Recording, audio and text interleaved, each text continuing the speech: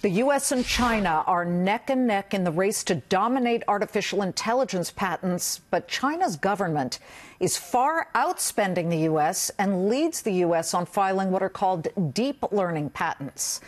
But it's not all imbalanced here. According to a UN study, U.S. tech giant IBM has the biggest AI patent portfolio. But yeah, China has the most top academia dedicated to artificial intelligence research. Now, we're told President Trump just signed an executive order on, quote, maintaining American leadership in artificial intelligence. But Arrow Electronics is the company that has its finger on the pulse of when it comes to who's doing what. The company provides products and services for more than 200,000 leading technology companies, including the AI biggies like Microsoft, Hewlett-Packard, AT&T, and IBM. In a Fox Business exclusive, let's bring him in. Arrow Electronics CEO Mike Long. He's ringing the closing bell at the New York Stock Exchange for a nice anniversary for your company. Congratulations, Mike. Thanks, Liz. It's good to see you and appreciate you having us on. Give me your gut reaction as to who's in charge when it comes, or in the lead when it comes to artificial intelligence. Well, my view is it's still the U.S. is in the lead when it comes to the broad range of artificial intelligence. Of course, any company can focus on one area of artificial intelligence and have some type of power.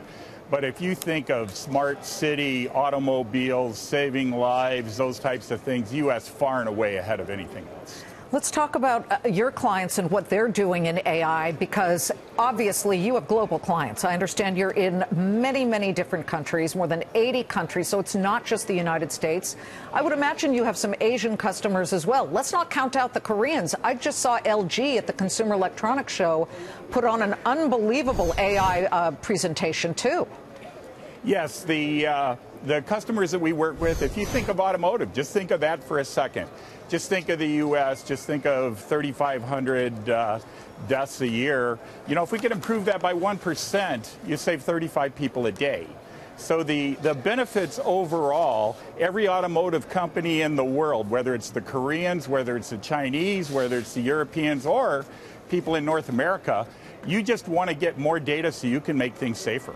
We don't have any details on the executive order, sort of deep details on what the president just signed. However, some of the things that it talked about, no lump sum that's going to be given to startups in AI or what have you. But he said that in this, apparently, we will see retraining workers, establishing standards. I get nervous about that because that, to me, means regulation. But we shall see reallocating funding.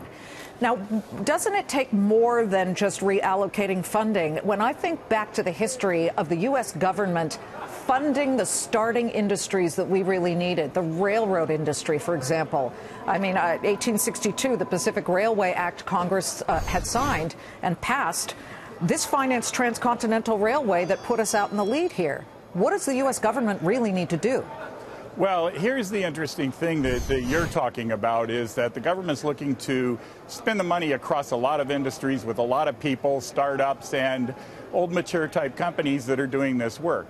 That's fantastic for us because since the last time I saw you, our customer base is now up to about 200,000 customers. Wow.